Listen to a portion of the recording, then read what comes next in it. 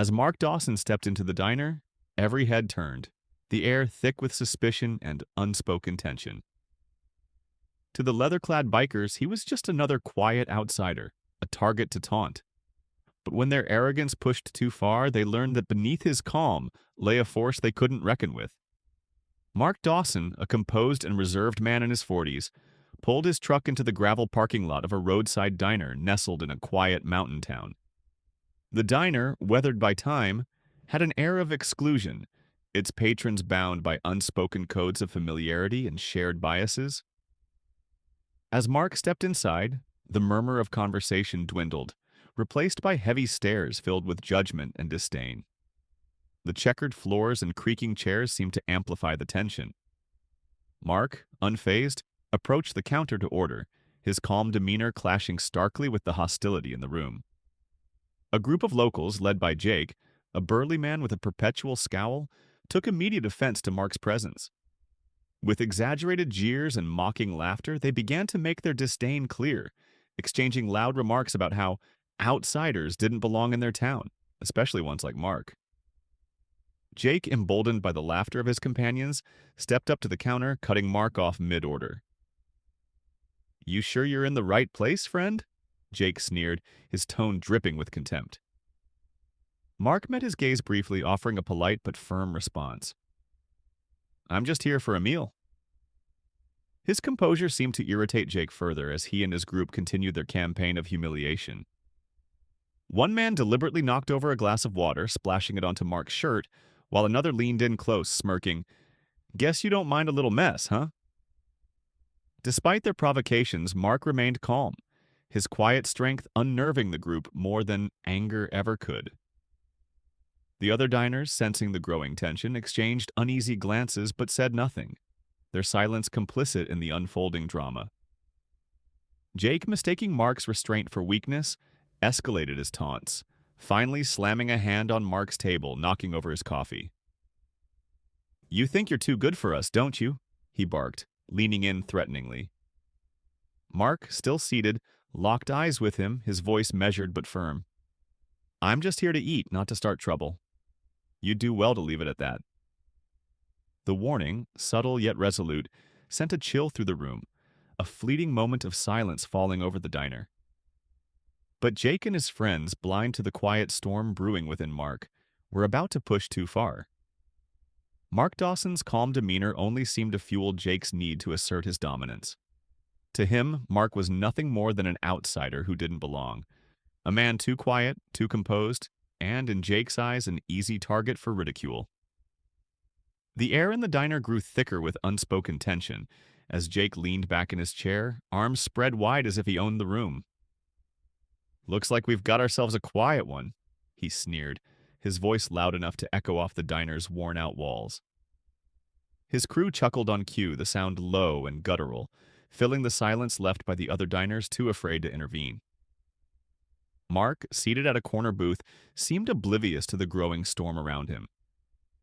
He took a slow sip of his coffee, his eyes fixed on the window as if the taunts were distant echoes instead of daggers hurled his way. His composure was unnerving, and the longer he ignored Jake, the more determined the group became to get a reaction. One of Jake's lackeys, a wiry man with greasy hair and a mean streak, swaggered over to Mark's table, a smug grin plastered across his face. Without hesitation, he reached for the salt shaker and tipped it over, spilling its contents across Mark's plate. "Oops," he said mockingly, glancing back at Jake for approval. The group erupted into laughter, their derision thick with cruelty. Still, Mark didn't flinch. He calmly pushed his plate aside, brushing the salt away as if it were nothing more than an inconvenience. His lack of response only infuriated Jake further. "What's the matter, pal?" Jake barked, his voice tinged with venom. "Cat got your tongue? Or are you too scared to stand up for yourself?" His chair scraped loudly against the floor as he stood, swaggering toward Mark with deliberate menace. The diner fell into an uneasy silence, every eye now trained on the confrontation. Even the waitress, who had been nervously wiping down the counter, froze in place, her gaze darting between Jake and Mark like a spectator at a high-stakes match. Jake loomed over Mark's table, his shadow stretching across the worn laminate surface. "This ain't your kind of place," he spat, his tone dripping with disdain. "You don't belong here, and we don't take kindly to strangers who think they're better than us." He punctuated his words by slamming his palm onto the table, rattling the silverware and spilling what was left of Mark's coffee. The sound echoed through the diner, sharp and jarring, like a gavel striking to signal the beginning of a trial. Mark exhaled softly, finally lifting his gaze to meet Jake's.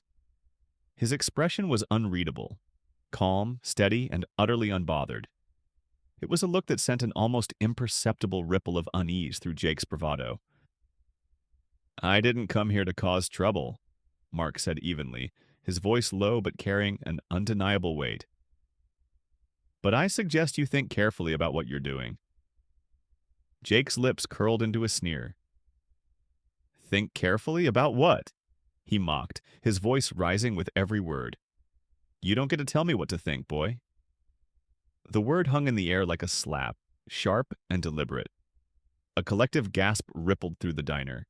The tension had reached a boiling point, and everyone knew it. The other bikers, emboldened by Jake's aggression, rose from their seats, their laughter fading into a chorus of jeers and taunts. One of them, a burly man with tattoos snaking up his arms, cracked his knuckles loudly, his grin revealing yellowed teeth. "Looks like it's time to teach this guy some manners," he said, stepping forward. Mark remained seated, his hands resting lightly on the edge of the table. He didn't flinch, didn't tense. He simply waited, his stillness more intimidating than any show of force. The bikers closed in, their movements slow and deliberate, like predators circling prey. Jake leaned in closer, his voice dropping to a venomous whisper. "You're gonna wish you never walked in here," he snarled, his hand reaching for Mark's collar. And that's when it happened. In a motion so quick it was almost imperceptible, Mark's hand shot up, intercepting Jake's wrist mid-grab. His grip was ironclad, unyielding, and for the first time, Jake's confidence faltered. Mark stood, rising from his seat with a deliberate calm that sent a chill through the room. He didn't shove Jake, didn't strike him. Instead, he twisted Jake's arm with a precision that spoke of years of training, forcing the larger man to his knees. The diner fell silent, the only sound the groan of pain escaping Jake's lips. Mark leaned in slightly, his voice low but firm. "I told you," he said, his tone carrying a quiet authority that left no room for argument. "Think carefully." The other bikers hesitated, their bravado crumbling in the face of Mark's unexpected strength. The room was heavy with tension, the balance of power shifting in an instant. For the first time, Jake and his crew understood what they were dealing with, and it wasn't what they had expected. The tension in the diner was palpable, an invisible weight that seemed to press down on everyone in the room. Jake, emboldened by the laughter of his crew, wasn't about to let Mark's calm demeanor go unchallenged. To him, Mark was an intruder, someone who didn't belong in their town, let alone their diner. "Look at him," Jake sneered, his voice loud enough to carry over the quiet murmurs of the other patrons. "Sitting there like he owns the place." His words dripped with disdain, and his crew erupted in laughter, their mocking voices filling the silence. Mark remained seated, his gaze steady as he stirred his coffee. He didn't react, and that only fueled Jake's fire. The laughter faded, replaced by a charged silence as Jake pushed back his chair with a loud scrape. He stood, towering over his table as he pointed a finger at Mark. "You deaf or just stupid?" he growled. His crew leaned forward, eager for a show, their smirks widening as Jake took a step closer to Mark's booth. The first tension point came when Jake reached for Mark's coffee cup, knocking it over with deliberate force. The black liquid spilled across the table, pooling around Mark's plate. "Oops," Jake said with mock innocence, his grin spreading as the liquid dripped onto the floor. Mark's hands remained on the table, steady and calm, as he slowly reached for a napkin. His movements were deliberate, almost methodical, as he wiped the table clean without so much as glancing at Jake. "That's one way to make an impression," Mark said quietly, his voice low but steady. The calm in his tone was a stark contrast to Jake's aggression, and for a moment the room seemed to hold its breath. The second tension point came when Jake decided that words alone weren't enough. He motioned for one of his lackeys, a wiry man with a crooked smile, to join him. Together they blocked Mark's booth, their shadows falling over him like a threat. The wiry man leaned in close, his breath reeking of stale beer. "You hear what Jake said? This ain't your kind of place." He reached for Mark's plate, lifting it off the table and tossing it onto the floor. The crash of porcelain breaking against the linoleum echoed through the diner, drawing gasps from the other patrons. The waitress behind the counter froze, her hand hovering over the phone, unsure whether to intervene. Mark exhaled softly, his eyes flicking to the broken plate before meeting the wiry man's gaze. "You might want to pick that up," Mark said, his tone so calm it felt like a warning. The wiry man blinked, momentarily thrown off by Mark's composure. But Jake wasn't done. "You got a smart mouth for someone who doesn't know how things work around here," he said, slamming a hand down on the table.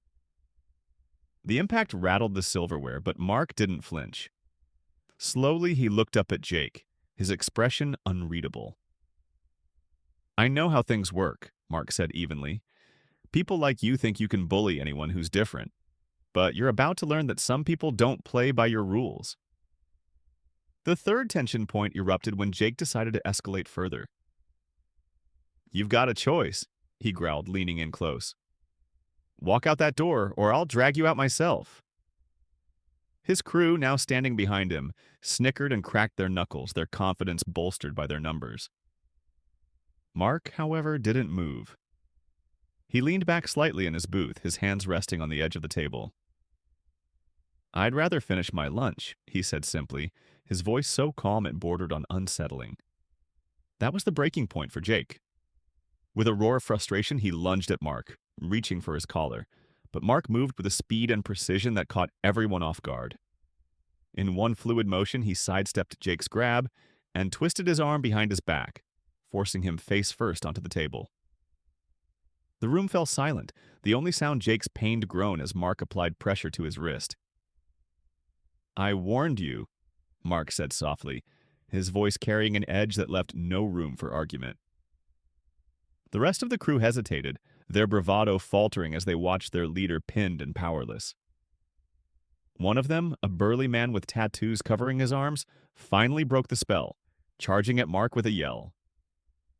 Mark released Jake and pivoted smoothly, catching the burly man's arm mid-swing and redirecting his momentum. The man stumbled forward, crashing into a nearby booth with a thud. Another tried to come at Mark from the side, but Mark ducked under his wild swing and delivered a sharp elbow to his ribs, sending him sprawling to the floor. Within seconds, 3 of the crew were down, groaning and clutching their injuries. Jake, still recovering, staggered to his feet, his face a mix of rage and disbelief. "Who the hell are you?" he spat, his voice trembling with both anger and fear. Mark turned to him, his gaze steady and calm. "Just a guy trying to finish his lunch," he said, his voice carrying the weight of unshakable confidence. The diner was deathly quiet as Jake and his crew gathered themselves, their humiliation palpable. They retreated, their egos bruised more than their bodies, leaving the diner one by one. As the door jingled shut behind them, the tension in the room finally broke. Mark returned to his booth, picked up his coffee cup, and took a slow sip. The other patrons stared in stunned silence, the weight of what they had just witnessed settling over them like a heavy fog. For the first time, the quiet strength of a man like Mark had spoken louder than any words could. The tension in the diner had reached a fever pitch, the air crackling with unspoken challenges and barely restrained aggression. Mark sat quietly in his booth, his hands resting lightly on the edge of the table, the perfect picture of calm amidst the brewing storm. But beneath the surface, the situation teetered on the edge of chaos, with Jake and his crew closing in, their jeers growing louder and their movements more deliberate.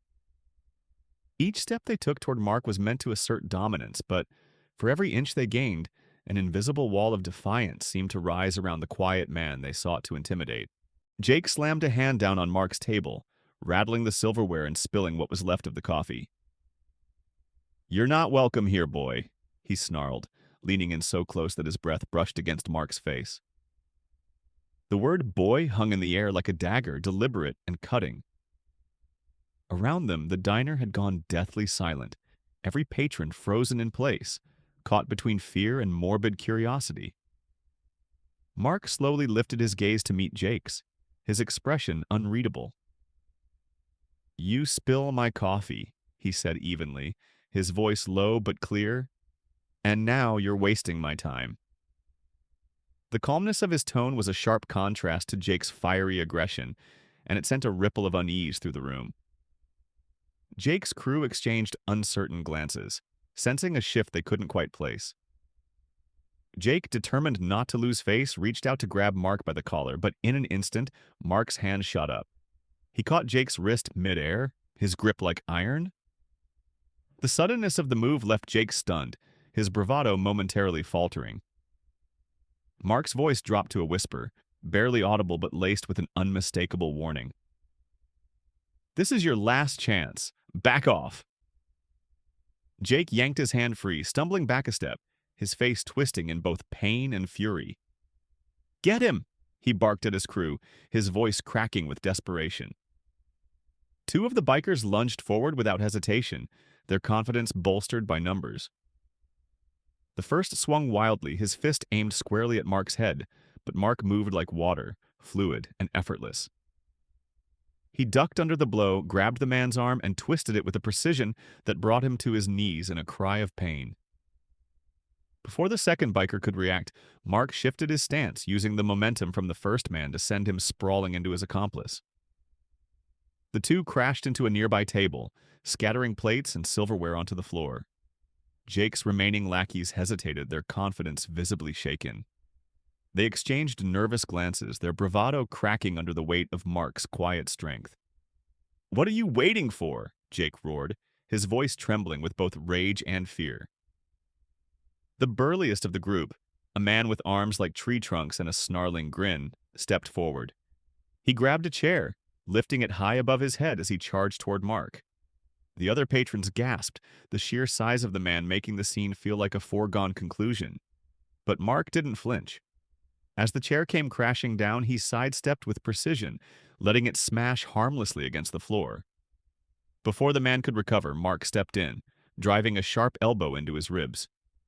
The biker let out a strangled grunt, doubling over in pain, but Mark wasn't finished. With a smooth motion, he swept the man's legs out from under him, sending him crashing to the ground with a thunderous thud. The impact was enough to rattle the diner, leaving the room in stunned silence once again. All eyes turned to Jake, now the last man standing. His crew lay scattered across the diner, groaning in pain, their confidence shattered. Jake's chest heaved as he looked around, the weight of the moment finally sinking in. The man he'd mocked and underestimated had dismantled his entire crew without breaking a sweat. Fear crept into Jake's eyes, replacing the smug arrogance that had been there just minutes before. Mark stepped forward, his movement slow and deliberate, like a predator closing in on his prey. Jake stumbled back, his legs trembling, but there was nowhere to go. He tripped over a fallen chair, landing hard on the floor, and looked up at Mark with wide, terrified eyes. "Please," Jake stammered, his voice barely above a whisper. "I didn't mean—" Mark cut him off, his voice calm but unyielding. "You didn't mean to what? Intimidate? Humiliate? Or maybe you didn't mean to pick the wrong man today." He knelt slightly, locking eyes with Jake, who was visibly shaking. "You and your crew wanted to teach someone a lesson. Now you've learned it yourselves." Mark straightened, stepping back as Jake scrambled to his feet, his hands raised in a feeble gesture of surrender. The biker's arrogance had evaporated, replaced by humiliation and a deep-seated fear. Without another word, Jake turned and bolted for the door, his crew following close behind, their heads hanging low. The diner remained silent long after the door jingled shut behind them. Mark returned to his booth, picking up his coffee cup and taking a slow sip as if nothing had happened. The other patrons stared in awe, their shock palpable. For them, this wasn't just an altercation, it was a reckoning. a reminder of what happens when arrogance meets quiet strength. The lesson was clear. Never judge a man by his silence, for you may not be ready for what he can do when pushed too far. The diner was silent, the kind of silence that presses on your chest and makes every breath feel heavier. Jake and his crew had fled. Their once brash confidence crumbled into fear and humiliation. The scattered tables, overturned chairs, and groaning bikers were the only remnants of their arrogance. Mark sat back down at his booth, calm and unbothered, as if nothing had happened. He reached for his coffee cup, its contents still warm, and took a deliberate sip.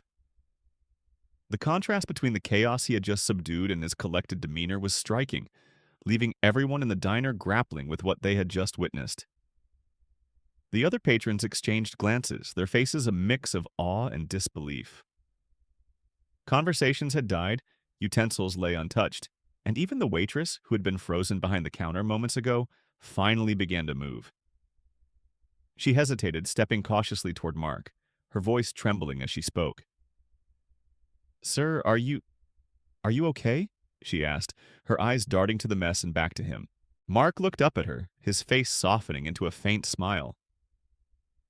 "I'm fine, ma'am," he said gently. His politeness was disarming, a stark contrast to the raw power he had just demonstrated. She blinked, her mouth opening to say something more, but words seemed to fail her. Instead, she simply nodded, retreating to the counter where she began cleaning nervously, her hands shaking slightly. At a far corner of the diner, an older man with a weathered face and calloused hands leaned back in his chair, letting out a low whistle. "Ain't never seen anything like that before," he muttered, his voice cutting through the heavy silence. His words seemed to break the spell, and slowly, conversations began to stir. Patrons whispered among themselves, their voices hushed but urgent, recounting the events they had just witnessed. He took them apart like it was nothing, one woman whispered to her companion. "Didn't even break a sweat," another added, shaking his head in amazement. Mark remained detached from the murmurs, his focus on his meal. He picked up a fry, ate it slowly, and took another sip of his coffee. For him, the ordeal was over, and there was nothing more to be said. The message had been delivered, not through threats or loud proclamations, but through precise, decisive action. It was a lesson that spoke louder than words, a reminder of the strength that comes with restraint and composure. The bell above the diner door jingled faintly as Mark stood, his movements deliberate and unhurried. He reached into his pocket, pulled out a few bills, and placed them neatly under the edge of his plate. The waitress watched him, still uncertain of what to say or do. Finally, as he walked toward the door, she found her voice. "Wait," she called after him, her tone more confident now. "Who are you?" Mark paused, his hand resting on the doorframe. He glanced back at her, holding her gaze for a moment longer than expected. "Just a guy trying to finish his lunch," he said with a faint smile, and then he was gone. The bell jingled again as the door closed behind him, leaving the diner in stunned silence once more. Outside, the gravel crunched under Mark's boots as he walked back to his truck. The biker who had fled earlier stood by his motorcycle, frozen in place, his face pale and his hands trembling. He didn't say a word as Mark passed by, only stepping aside instinctively as if compelled by an unseen force. Mark climbed into his truck, the engine roaring to life. For a brief moment, he looked in the rearview mirror, taking in the diner one last time. The faces of those inside, etched with awe and respect, would stay with him for miles. Then, without a second glance, he drove off, the road stretching endlessly before him. For Mark, it wasn't about recognition or revenge. It was about setting things right, about reminding those who underestimated him, or anyone else, that strength doesn't need to shout. And as the quiet hum of his truck faded into the horizon, the lesson he left behind lingered. Power lies in control, respect is earned through actions, and sometimes the quietest voice speaks the loudest. As Mark's truck disappeared down the dusty road, the diner remained steeped in silence, the weight of what had just transpired lingering in the air. Inside, the patrons slowly began to stir, the tension dissolving into a hum of whispered conversations. The waitress, still clutching her notepad, looked out the window as if trying to comprehend what she had witnessed. Her hands trembled slightly, but there was a newfound steadiness in her voice as she murmured, "I don't think I'll ever forget that." At the far corner of the diner, the old man with the calloused hands leaned forward, his gaze fixed on the door through which Mark had exited.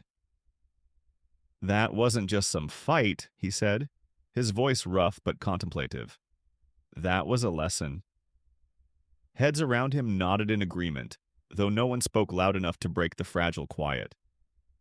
Jake's crew, bruised and humiliated, had already slunk away, their arrogance crushed under the weight of their own recklessness. For them, the physical pain would fade, but the memory of Mark's calm, precise response would linger far longer. Jake himself, who had spent years bullying his way through life, would now be forced to reckon with his shattered pride. His usual swagger replaced by shame, he wouldn't dare show his face in the diner for weeks. For the townspeople who had witnessed the event, it was a wake-up call. Mark's quiet strength had left a deep impression, a reminder that true power comes not from intimidation, but from control and respect. And for the waitress, the cook, and the diners who watched him leave, one truth became clear. Sometimes, the greatest impact is made by those who simply walk away, leaving their actions to speak louder than words ever could.